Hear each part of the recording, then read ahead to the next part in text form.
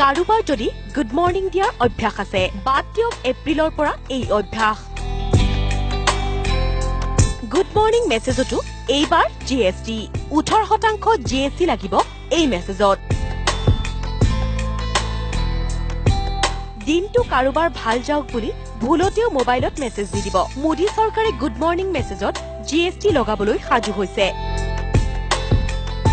WhatsApp বা অন্য মোবাইলৰ যোগেদি গুড মৰ্নিং মেছেজ প্ৰেৰণ কৰিলে জেপৰ পৰা ভৰিব লাগিব অতিৰিক্ত ধন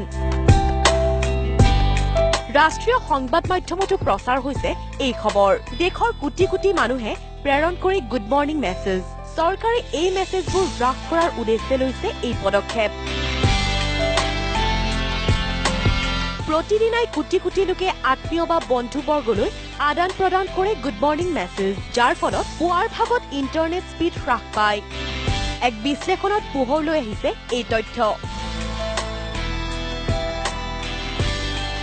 সেই মেছেজৰ সংখ্যা হ্ৰাস কৰি পুৱা ভাগত যাতে ইণ্টাৰনেটৰ স্পীড বঢ়াব পাৰি তাৰ বাবে এনে পদক্ষেপ লোৱা বুলি চৰকাৰী সূত্ৰত প্ৰকাশ পাইছে